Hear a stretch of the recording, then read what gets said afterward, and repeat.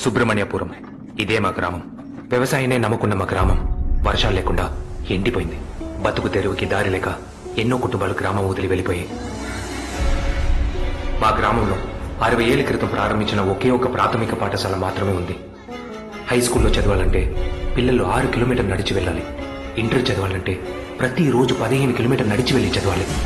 మా గ్రామానికి చుట్టూ ఉన్న 125 గ్రామాలకి ఒక్క పెద్ద ఆసుపత్రి కూడా లేదు. ప్రసవానికైనా ఏదైనా ఆపద వచ్చినా సరైన రోడ్లు లేవు.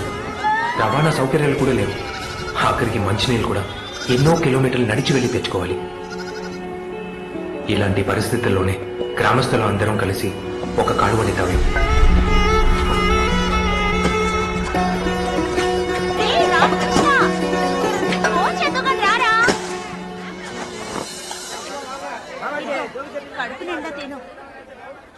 బావా ఏంటి కోపం?